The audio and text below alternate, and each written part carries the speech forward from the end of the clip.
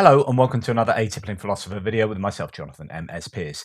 Because I am away this morning, I am doing a Ukraine War update extra video the night before, so I actually recorded this last night, so that you have something to wake up to, or to drink your coffee to, or to relax to in the evening, depending on where you are in the world. And I'll do a map update later in the day, so it's just reversed. So two videos are reversed today. Lots to talk about, and I'm just amazed that I can bang on every day for the amount of time I do, because there's just so much to talk about. It's incredible. This is just it's not the gift that keeps on giving. It's a Pandora's box that keeps on supplying endless discussion about the horrors and terrors of modern war. But anyway, where shall I start? Iran. Where better place to start in the Pandora's box of problems, world problems, than with Iran.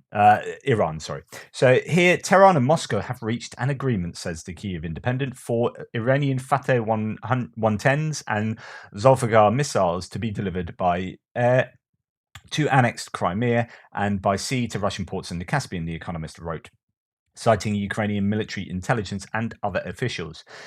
There's been lots of claims about this. The Iranians keep saying, no, we sold them a bunch of stuff and we did it before the war started and we're just fulfilling orders. But they're also sending Iranian people over to Ukraine in order to help fly these things. They found they've known to have killed a bunch of Iranian soldiers or people helping to fly these Shahed 136 drones. And they've also found like Iranian Fanticans and also Russian TV. A general on Russian TV was caught on hot mic saying that, don't ask me about the Iranian drones.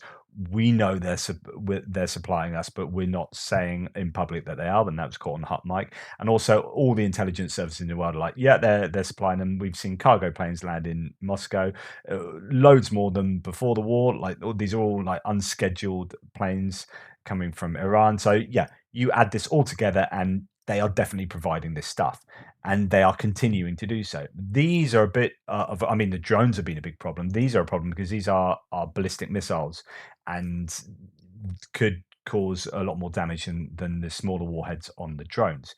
There's an interesting uh, piece in, I'm not quite sure what this is. It's a gov.ua, so it's a Ukrainian government article. But how does Iran transport weapons to the Russian Federation? I thought this was quite an interesting article to just look over. So the Russians use kamikaze drones to strike mostly civilian objects, and such as the energy complex. Iran gladly fulfills the Kremlin's order for drones and actively supplies the following models of UAVs: Mohayer, Arash 1 and Arash 2, Shahed 131s and 136s. But it's not just them. They also get, or they're also hoping to get, the cruise missiles and or ballistic missiles. So there are air routes, and these. Well, I'll come to the map in a second. So Iran Air, Mahan Air, Puya Air, and Saha Airlines. So Iranian state airline, the founder of the non-profit Institute of Malal Moghadin, part of the Islamic Revolutionary Guards, a military branch of the executive branch of the Islamic Republic of Iran, and part of the Air Force of Iran. So all of those four air carriers are flying to Russia, or also from other places. So there are several routes, some of them more direct than others, across the Caspian Sea here, to two ports in Russia, but also from Syria, by the looks of it, up through the Bosphorus. Now that is blocked by Turkey. I don't know whether they're letting in other ships that maybe are not flying the Iranian flag or the Russian flag. So there could be ships that are still passing through there. And and so this is how they're getting their stuff to Russia. Also Minsk in Belarus, and we have, as down here it says, Tajikistan. In general, Iran is currently diversifying its drone production to other countries. In addition to Syria, the plant has been operating in Tajikistan since May.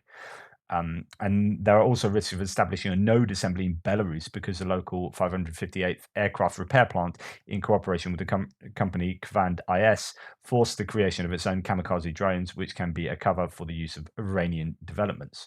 So this is all quite interesting. That's how they are getting their drones to Russia, and then Russia are then getting them to Ukraine, or the occupied parts of Ukraine. Okay, moving on. This is a chap called Vladimir Solovyov, who is a well-known propagandist, and he's done a speech in front of a whole bunch of young people and army types and cadets, by the looks of it.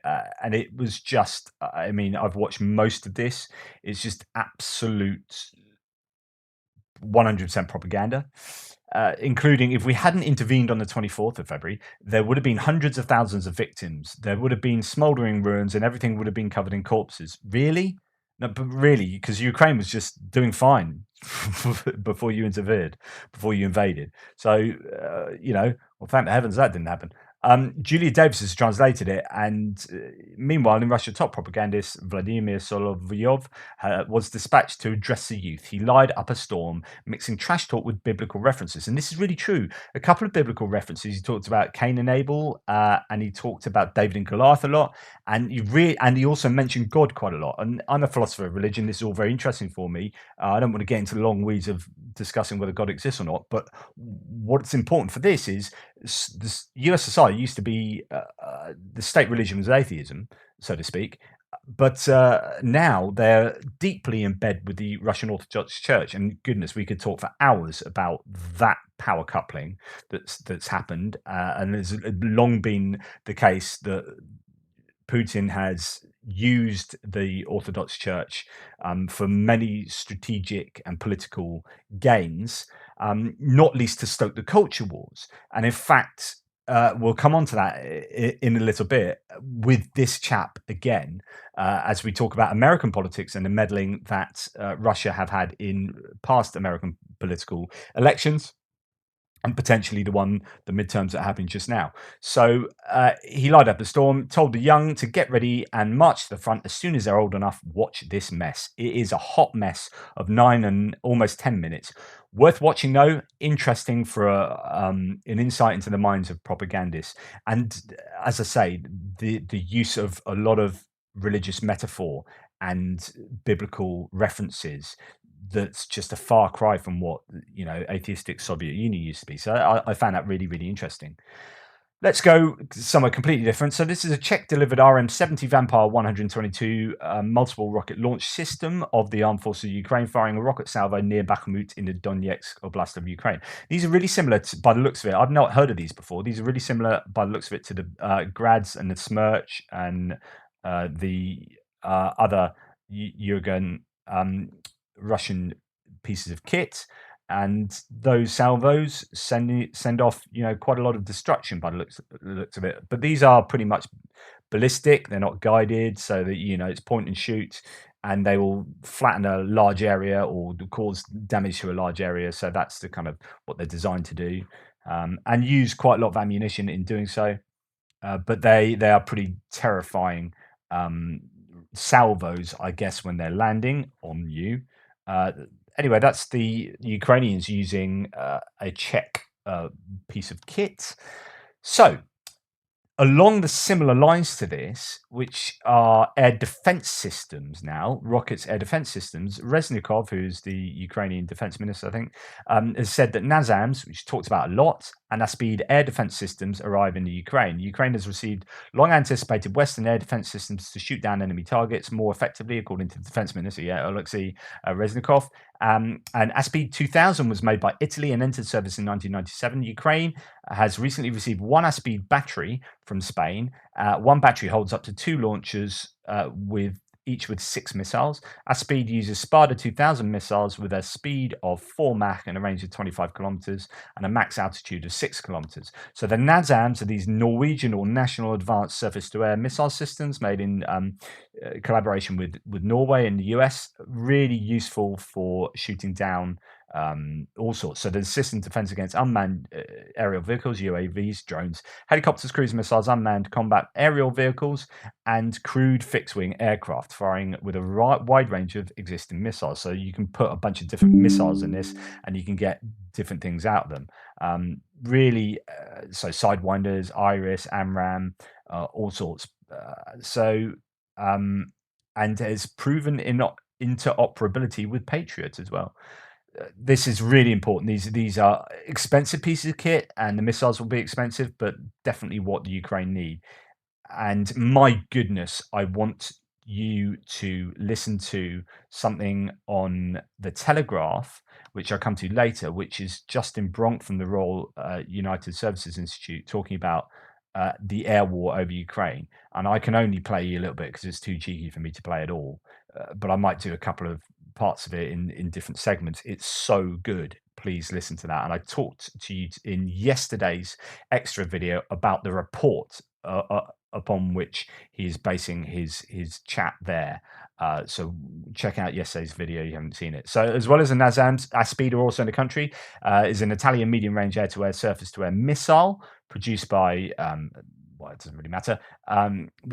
So that is that, and they've got Aspide systems using the Spada. So the Aspide 2000 is an upgraded version, a powerful upgraded version of the Aspide multi-role missile for use in surface-to-air systems. Its operational performance has been enhanced, making the missile capable of engaging and attacking aircraft before they can release their airborne standoff rocket-propelled missiles, thanks to its outstanding capabilities in range. It can ensure wide area defense against all types of air threats. It is equipped with an enhanced single-stage rocket motor to increase the missile speed, lateral acceleration, and effective range by as much as 40% compared to the Aspide baseline missile. All the modern electronic features to improve its guidance and characteristics and effectiveness in heavy clutter and ECM environments. So that's, of course, the makers saying how wonderful it is. But it is, going to be useful. They will need as much of that kind of stuff as they can get, as we've been saying for a long time. So Ukrainian Air Force... the Ukrainian armed forces are just 94 kilometers from Mariupol. That is HIMARS range. So HIMARS are generally 84-kilometer range, but you could possibly squeeze out a little bit more. Just might not be as reliable at that range. Will be increasingly difficult for Russian logistics to move along the Azov coast to resupply Crimea. Kerch Bridge is still not fully repaired. So they've announced today, the Russians, that the Kerch road bridge will be repaired mid to late December. Some claims about early, but around that time. So they've worked really hard to get that ready. We'll see if that happens. And this is based on Kyiv saying Ukrainian army now only 94 kilometers from Mariupol, from Pavlivka, the town from all the reports earlier of Russians being slaughtered. So I have done exactly that, which is here's Pavlivka just below Vuhledar. So if we go some way back, this is 84 kilometers. So that's an 84-kilometer line from the outskirts of Mariupol. Okay, let's go right to the coast in Mariupol, and that's now sort of about 95 kilometers. And that's all the way back here. Now, you probably wouldn't want to put your HIMARS around here because they will be under threat of being hit by the Russians, because this is a really hotly contested area. Grey zones around here, and you want to protect those vehicles. But if let's have a look at actual 84-kilometer range. So if you scooted a HIMARS vehicle to just beyond that road that I've been talking about over the last few days, that is very much a hot zone there. Great. Well, not, it's under fire control, but you wouldn't want to put your HIMARS there, but you can reach right to the coast. The point here is that Mariupol and HIMARS could be an interesting combination going forward. If Russia lose some of this territory here, or somewhere around here, maybe down here a little bit, then Mariupol is in HIMARS range. And actually, if you look at that line there, a lot of this area, already Tokmak seems to be being hit quite a lot at the moment, but there's a lot of places around all of the occupied territories that could be hit by HIMARS. So there you go. This is the interview with Justin Bronk, who, as I said, works for the Royal United Services Institute. They've just released a report which I detailed. I read out the executive summary to yesterday. And this is what he has to say at the beginning of the war and how it developed. But goodness, I just want to play a whole lot of it. It is that good. Go and listen to this. Really good. It's not on YouTube yet because it usually takes a day for them to upload it to YouTube. So here it is from the Telegraph directly. Justin Bronk, you've just published a fascinating paper on the air war and what you think, what Russi thinks Ukraine needs to do now, what the West, how the West needs to support Ukraine. I just want to pick you up on something you mentioned kind of early on. Your paper suggests that the air war was much more closely fought at the beginning of the war than generally has been reported. Could you give us an account of that? How so? Sure. So essentially, what happened in the first couple of days of the war was that Russian electronic attack using electronic warfare equipment was very effective at degrading and jamming a lot of Ukrainian radars. And in addition, the large barrages of cruise and ballistic missiles on Ukrainian air defense positions, particularly, forced a lot of the surviving systems to move urgently to avoid being hit. And that meant that essentially Russian fixed-wing aircraft were able to conduct quite deep strike penetration sorties up to about 300 kilometers inside Ukrainian-controlled airspace, around 100 to 140 sorties a day for the first 3 days, while Ukrainian air defenses on the ground were kind of regrouping, repositioning, and trying to reset damaged equipment and repair things. During those first 3 days, therefore the Ukrainian Air Force, in terms of the fighter aircraft, were trying to hold the line in terms of defending Ukrainian airspace more or less on their own. And while they had some significant isolated successes from flying very, very low, exploiting the terrain, and the fact that they've been training for these sort of operations for a long time, to try and get underneath Russian radar coverage and kind of ambush Russian strike packages from below. The Ukrainian Air Force took really quite serious losses in those 3 days, and the message was kind of, we can't do that again. It's not sustainable because of the huge technical overmatch that Russian aircraft have compared to Ukrainian fighters, particularly in terms of radar and missile reach. Once the Ukrainian ground-based air defenses started to really come back online from kind of the third day onwards, Russian medium and high altitude penetrating sorties across Ukraine started to become pretty quickly unsustainable. I talked very early on in one of my early videos about the complete failure of Russian to do SEAD, suppression of enemy air defense activities. So what you normally do at the beginning of any kind of war in modern warfare is you absolutely 100% have to take out air defense systems in order that you get air superiority and hopefully air supremacy, like complete supremacy over the skies, so that you're free to do what you like. That's what you do. And if you don't do that, you generally don't, or I would say you shouldn't attack. You shouldn't go for a big ground war if you don't have air superiority, because you cannot support your troops, and your troops can be at risk of being attacked by the enemy air. And you can't use a combined arms project, really a combined arms offensive, to do your job. And the Russians have shown that they just can't do these arms offensive. They can't join all the dots of the air, the sea, the army, and all the different components of the army and logistics and all this stuff. They can't just combine it all into one effective offensive. And it's all sort of piecemeal all over the shop, and not good warfare. Um, and it all came down to the failure to do the SEAD activities at the beginning of the conflict. Just, yeah, and that paves the way for a very difficult path to victory for the Russians, because they just don't have air superiority, let alone supremacy. And so they switched to very low-level attacks for kind of the first week of March.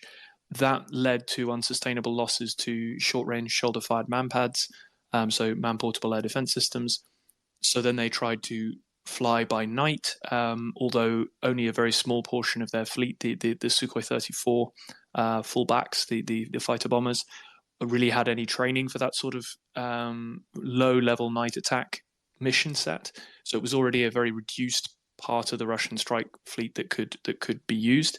And even there, once the Ukrainians started to get night vision equipment to their manpads operators, that became pretty costly as well.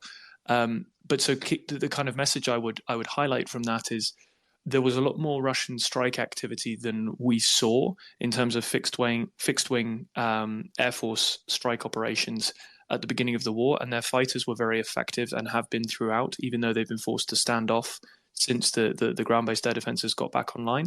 And so if we don't keep up supply of ammunition and ultimately replacement systems for those Ukrainian medium-range and short-range SAM systems, things like SA-11 Buk or SA-8 OSA, then there's nothing to stop at that point the Russian Air Force suddenly becoming much more effective than it's been up to now. And we sort of glimpsed what that could look like in the first few days, albeit in those first few days, the Air Force were also going after Ukrainian air defense systems. And so they were limited in some ways by the slow nature of their targeting process. They were often hitting quite accurately positions that had already been vacated. But if you were to read that across to attacks on infrastructure or attacks on static frontline positions, these days, it's a real threat. And so, having focused very strongly on the ground war in terms of equipment provision up to now for very good reasons, it's important the West doesn't get complacent and now prioritizes resupplying and ultimately replacing those Ukrainian medium-range SAMs, because the Air Force on its own won't be able to keep the Russian Air Force out of Ukrainian skies if those SAMs run short of ammo or are slowly attrited. Well, this is and so it goes on, just loads of stuff in there. I'll try to come back to a little bit more at the end, maybe. One of the things I thought was interesting, he says later on, which I probably won't play, is the idea. So you think about these electricity, I don't know, substations or power plants or anything, or roads, or these things that get hit, and then the Ukrainians rebuild it, and then they get hit again, and then you rebuild it, and you think, what's the point of rebuilding it? So you could think, what's the point of rebuilding it? They're saying that actually it's really important that we give the Ukrainians the capability of it's not just about giving them missiles to fire this stuff and tanks to do this or whatever, APCs, but actually the ability to keep on rebuilding stuff, because by keeping on rebuilding stuff, the Russians then have to go back and use up expensive missiles that they only have a certain stock of to blow that thing up again. And if they don't have to blow that thing up again, they'll just move on to another target. And actually that means that a greater range of targets will be hit. So it's actually really important to keep rebuilding the same thing over and over and let it get hit again, which is actually a kind of mindset I hadn't really considered, but is an interesting way of looking at that. Anyway, so here's a Bayraktar. Apparently, always happens. Apparently still being used. There's no timestamp on these attacks, but it's definitely the Bayraktar video. As you can see, kind of thermal video that they use, and lots of things still being hit. And there have been crowdfunding of these as well as ones that were bought by the Ukrainians military themselves, so on and so forth. So just a point to say that these Bayraktar drones, these are bigger drones that take off and can hold missiles on them. These are like much bigger kits than, say, the Shahed, and a lot more expensive, a lot more expensive. Some people are singing the praises at the beginning of the war because they were doing quite a lot. But then some critics are like, actually, they're not really as good as other types of drones. They are very expensive. And you could have however many Orlan 10s and Orlan 30s doing a load of other stuff for the price of this, and et cetera, et cetera. So you get pros and cons about the Bayraktar.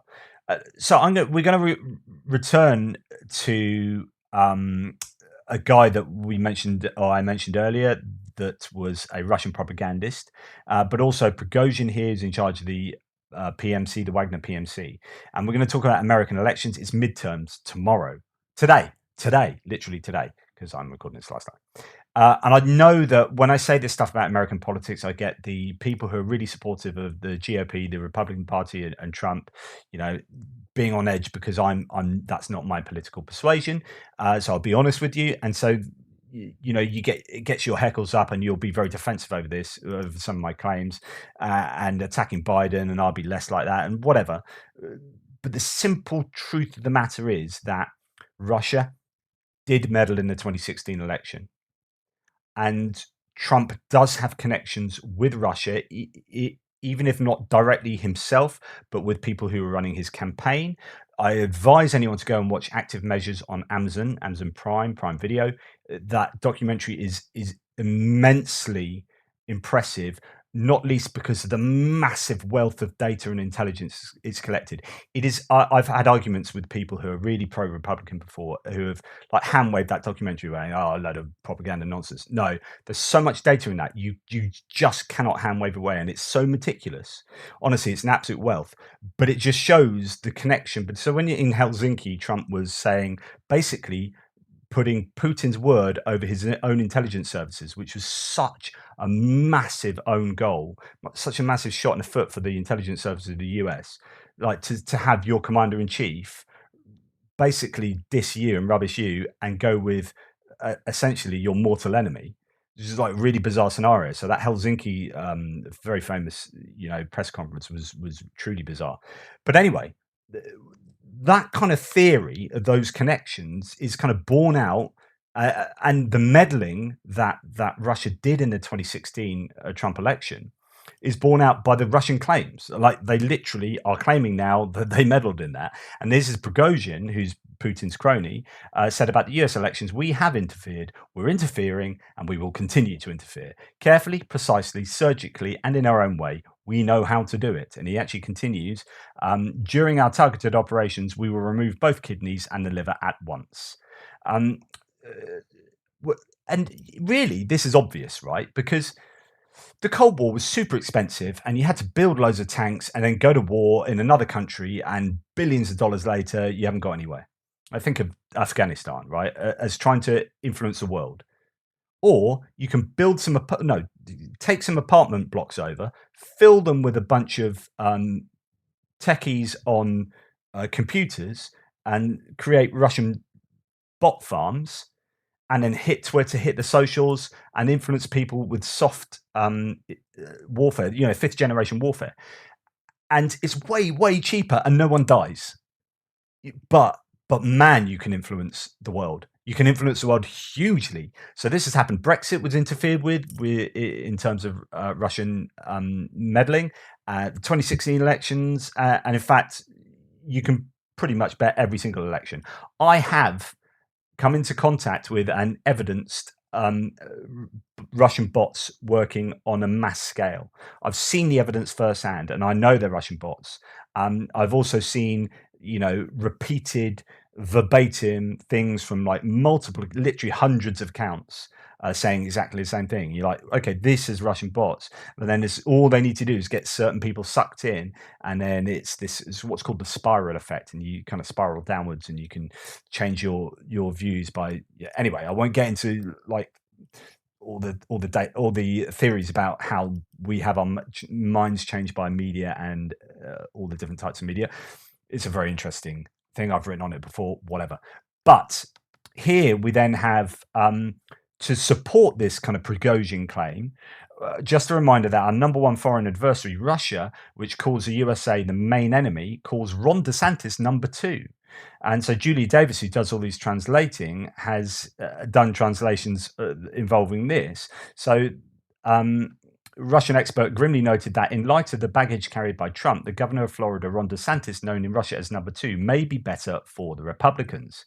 And this goes back to August and a piece in the Daily Beast, which is behind a paywall, but I have copied and pasted it. So I'll read you some of the excerpts of this. And this was just after Mar-a-Lago was raided by the FBI, and those sensitive documents, which might have had nuclear information on them and all sorts, and it was all very controversial. And this is how the Russian media were responding. So I'm reading from the article that's called "Putin World Declares Our Agent Trump," in quote marks, "Our agent Trump is irreversibly screwed." And this is the idea that their agent Trump, they need to replace it with someone else, possibly Ron DeSantis.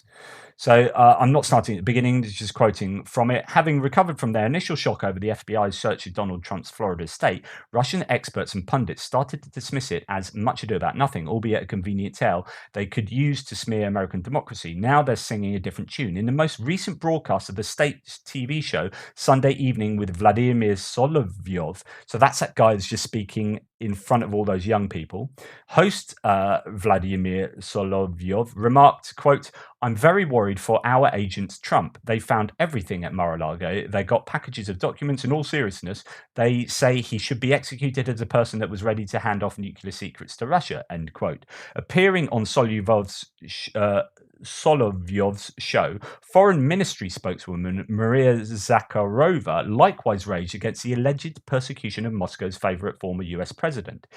In a bizarre tirade, she attempted to tie the search of Mar-a-Lago with Trump's earlier statement that there are only two genders, male and female. So this goes back to all the the culture wars stuff and propaganda that Russia are picking up on and trying to go with and saying that you can't do this in the West. And it's just outright lies. And this is another perfect example. Quote from her: in the West, you're not allowed to call a man a man. You can't call a woman a woman. You're not allowed to call a child male or female until it reaches the age of 2 to 3 years old, she fumed. That is just not true. There's literally no country on earth where that is true. That is an outright lie. That is propaganda. To continue her quote, in the run up to the upcoming electoral battles, one of the contenders for a political role, the most important political role in the United States, Donald Trump, steps up and says, quote, quoting Donald Trump, we've gone too far. There are only two genders, male and female. Zakharova then implied that the search of Trump's property was somehow related to his stance on gender identity. And it goes on and on and on. It's just like connecting all these dots. And then it goes later on in the article, appearing on the program Solovyov Live on Monday, Yevgeny Satanovsky, president of the Institute of the Middle East, grimly noted that, in light of the baggage carried by Trump, the governor of Florida, Ron DeSantis, known in Russia as number two, may be a better bet for the Republicans. At this point, Russian talking heads aren't quite certain whether DeSantis would be as likely as Trump to befriend Russia and dump Ukraine, but that's where their propaganda aimed at US voters would supposedly come in. And this is the idea. So, and, you know, they called, there's other points in this article, they call Trump the Teflon Don, because, you know, everything slips off him. And the FBI's raid is persecution by the deep state. And so what you get is a lot of people on the right wing parroting this or coming up with these kind of claims that are also the Russian claims. And there's this, you know, interaction between those two sides. And I don't want to really piss off any like Republicans here, because I know there are a lot of watchers who will be Republicans. So, but I'm just really interested in how Russia are being very opportunistic with elections around the world, not just American elections, and how they do manipulate them, and how they see you know, the politics in America and who they see as people who are most likely to be friendly to their point of view. And Trump historically has been, you get a lot of Republicans say, oh, this war never would have happened with Trump. He's got too much, you know, influence over Putin. Absolute rubbish. You know, Putin was waiting, hopefully, for Trump to get in, and then he would have been much more. At least he was theorizing, I think, that it would have been much more easy to have marched into Ukraine and done the deposing of the government, not a full-scale war, because he never intended a war. The war was an accident. So just the deposing the government, and I think he would have felt that Trump would not have pushed back so much against him, because, you know, they get on pretty well. Anyway, a lot of you will probably disagree with what I say, and, you know, okay, as long as you substantiate your claims, let's go for that. But here is a really interesting article by Julia Davis herself. So this article, so the woman that does all this translating of these pieces, so we go back to this one. So Julia Davis, that was her she wrote that article for the Daily Beast. So she, you know, she knows a lot about this stuff. She knows a lot about Russia. She obviously has a very good grasp of the Russian language, and she's a creator of the Russian Media Monitor, as you can see up there. I watch Russian state TV, so you don't have to, is a classic tagline. But I think it's really interesting to see how Russia are manipulating our democratic institutions and mechanisms, and it's a really big worry going forwards, because my personal opinion would be, if your job, if what you want to do is establish power on the global stage, which is kind of what all these imperialistic nations want to do, China, you could argue China, Russia, the EU, and America, right? All of these states, or what what they want to, or states or entities, what they want to do is establish power and get sustainable power going forward. Well, gone are the days, as we can see from this war, where it's a good idea to go into other countries and seek power by just bulldozing them militarily. Now are the days where you spend that money creating bot farms. If Putin had spent all the money he's going to lose in sanctions and in this war on replacing all that kit and in paying off families of dead soldiers, all the masses of money that this is costing Russia, and put it into bot farms to influence elections, he would have established a far greater power. It's far more influential tendrils of power throughout the globe than by what he's done now. And I think that that to me is a very poor strategic decision for Russia. So let's return to Justin Bronk. He's asked by one of the hosts, is it fair to say the Russian Air Force is on top? What's it like now? Because he talked about the earlier conflict in terms of the air warfare. To be honest, I wouldn't characterize it that way. So I would say there's a significant degree of mutual denial in terms of the ability to effectively use air power for close air support on the front lines. Neither the Ukrainian Air Force has taken really significant losses, particularly in early October, trying to be more aggressive about conducting airstrikes on Russian positions, particularly down south in Kherson, because not only are Russian ground-based air defenses still strong, despite the use of AGM-88, the high-speed anti-radiation missile, which has attrited Russian radars to some degree and forced them to operate in a safer but more kind of less effective manner.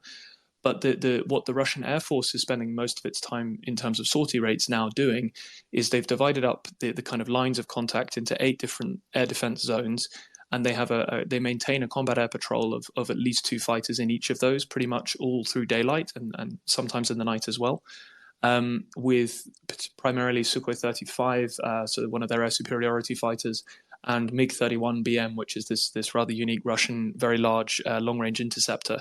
Both of them are equipped with very powerful long-range radars capable of picking out low-flying aircraft against clutter from a long distance, and also with both R-77, which is the standard Russian Air Force long-range active radar missile, which comfortably outranges, even in a sort of even confrontation, the R-27s that the Ukrainians are equipped with.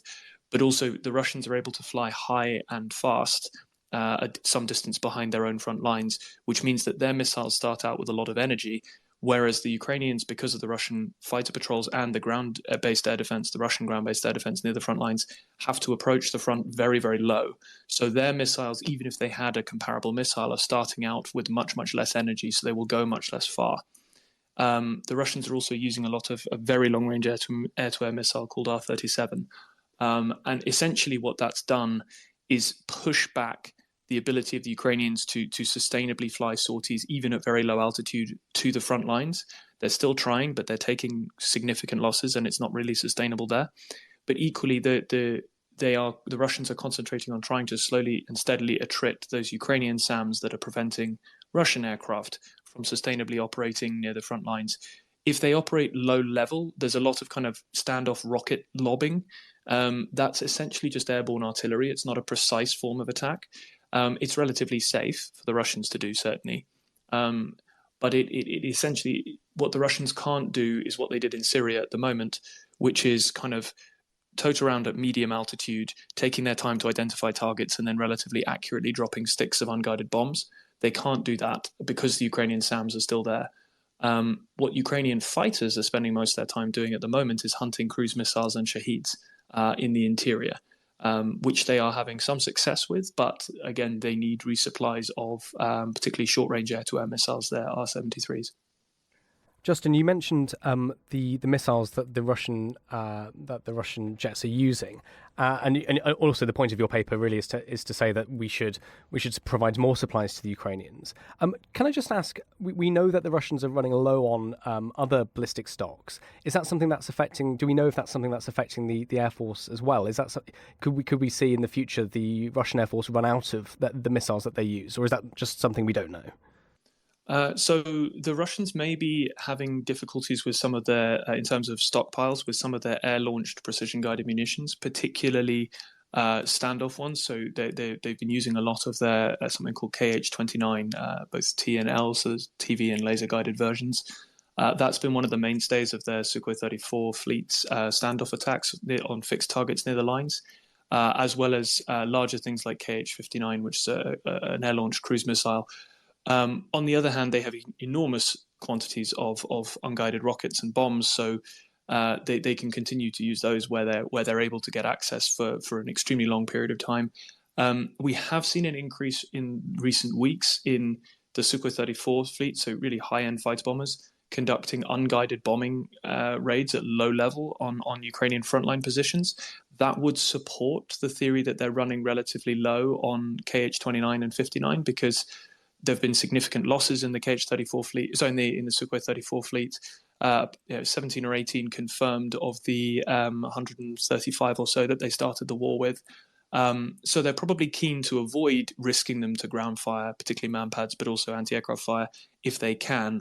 And the fact that they are having to do so anyway suggests, maybe they're running a bit short on certain air-to-ground guided munitions. On the other hand, the fact that they've expanded the use of R-37, so that this very, very long-range air-to-air missile, from the core MiG-31 fleet, where it's the standard armament, to also a portion of the Su-35 fleet, suggests they're not particularly worried about stockpiles of R-37, because if they were, they probably would keep that for the specialist platform that is the MiG-31. So I don't think the Ukrainian Air Force is going to be delivered by the Russians suddenly running out of that stuff. And he goes on and on, lots of stuff. So that's really, really detailed analysis that's very useful. And there's a lot of talk then about having this full range, a full suite of stuff. So he goes on to talk about the Shaheeds. You still need the Gepards being really useful. So he's another one that's advocating those. I mean, you could get a load more of them in. And then it's just this range of different ranges of missile. So the Aspide that's just been given today has a pretty short range of 25 kilometers, so that's not great. NASAMS can, depends what missile they fire, of course, but you can get missiles that can fire 300 kilometers. Okay, so these would be really useful.